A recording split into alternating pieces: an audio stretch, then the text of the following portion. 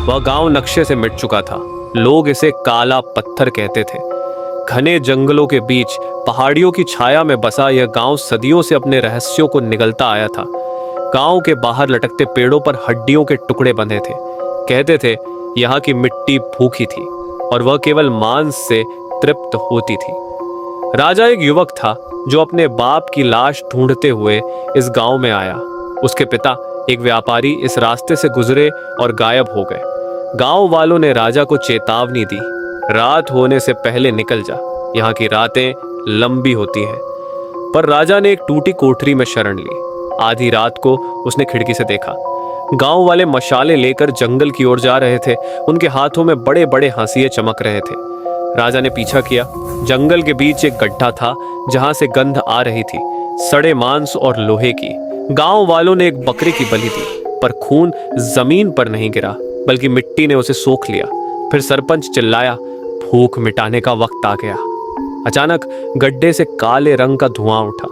उसमें से एक विशालकाय हाथ निकला जिसने बकरे को घसीटकर अंधेरे में खींच लिया। गांव वाले जोर जोर से हंसने लगे। राजा की सांसें तेज हो गईं। उसने पेड़ के पीछे छिपकर देखा।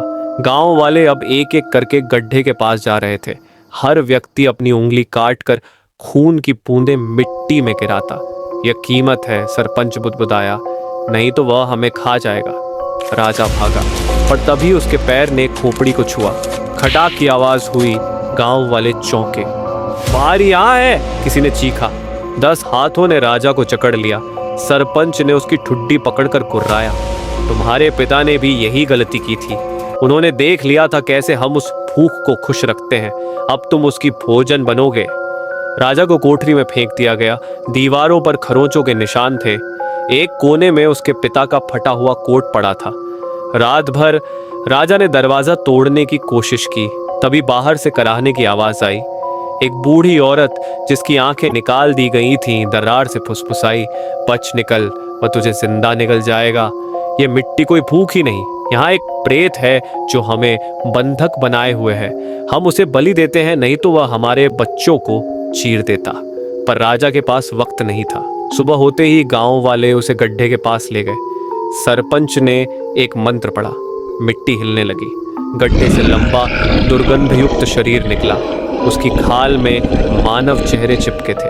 वह प्रेत जिसके मुंह में सैकड़ों दांतों की कतारें थीं, राजा की ओर बढ़ा।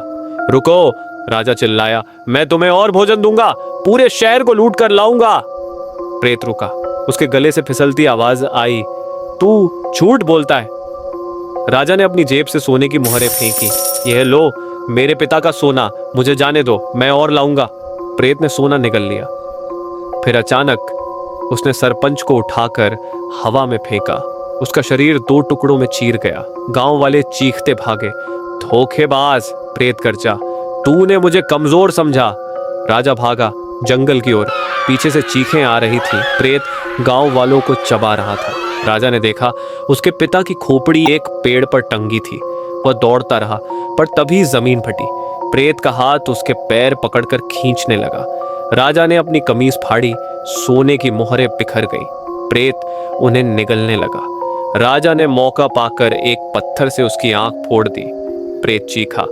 राजा ने जंगल में कूदकर एक नदी में छलांग लगा दी। वह बहता हुआ शहर पहुंचा, पर जब उसने शीशे में देखा तो चीख निकल गई। उसकी पीठ पर प्रेत के दांतों के निशान थे और उसकी जेब में एक मानव उंगली। उस रात शहर के बाहर एक नया गड्ढा खोदा गया। लाशें गायब होने लगीं। राजा अंधेरे में मुस्कुराता है, क्योंकि भूख छूत की तरह फैलती है।